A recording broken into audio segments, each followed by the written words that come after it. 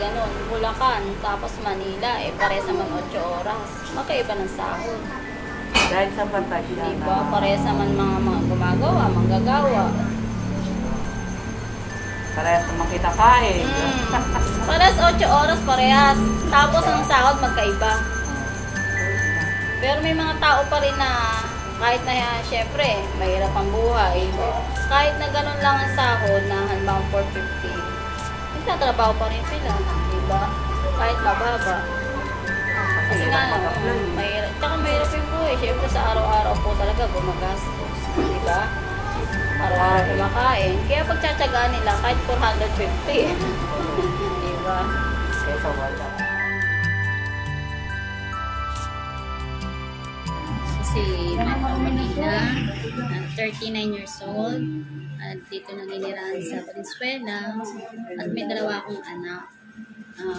Ngayon, ang trabaho ko, ito, sa tindahan, titinda araw-araw, yun lang, gano'n lang ang buhay ko araw-araw. Nagsimula ako magtrabaho 2003. Yun, simula ako nagtrabaho 2003 hanggang 2021. Dami ko na napasokang Patrick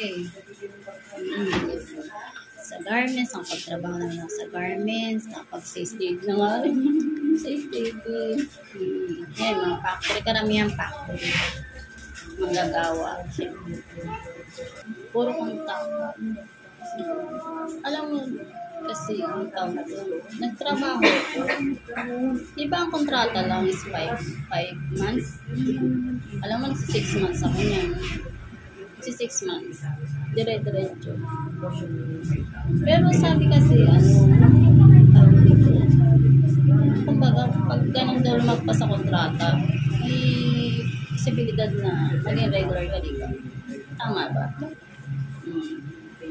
Kasi ganun nga dire-diretso ako. 6 months. Tapos, after 6 months, pag-renew nga ako ng requirements. Tapos, pasok ulit ako. Simula nung yun nga, nag-asawa na ako, nagkaanak, hindi na ako nagtrabaho. Pina-stay na lang ako dito. Sa bahay pala, sa bahay. Tapos nung medyo lumakalaki na yun, nag-HBC na nga ako. Yun, hindi na ganong alagain. Doon ako pumasok ng HBC. Saan yan sa Singapore. Yun.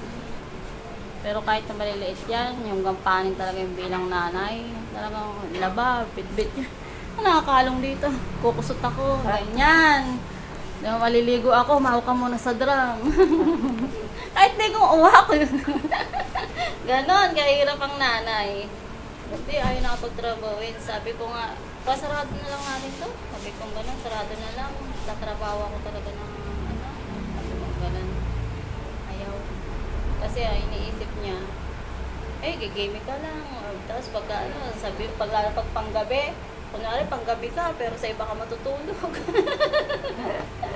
Ganon. Gusto kong magtrabaho. Siyempre. Maganda yung tulong kayong magtrabaho talaga eh. Yung sweldo, siyempre. Mag-isa na kasi yung nagtatrabaho. Anong kulang eh.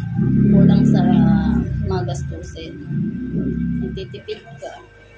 Siyempre, pag naglaban namin yung karapatan namin bilang magagawa na dapat amin yun. Natatakot kami paglaban kasi mamatanggal kami sa trabaho. Kung hindi kami talaga maalis sa trabaho, paglalaban namin ang karapatan namin, siyempre manggagawa kami. Pagpapaguran namin yan eh. Kung ano yung dapat, paglalaban namin. Nalabang kami niyan.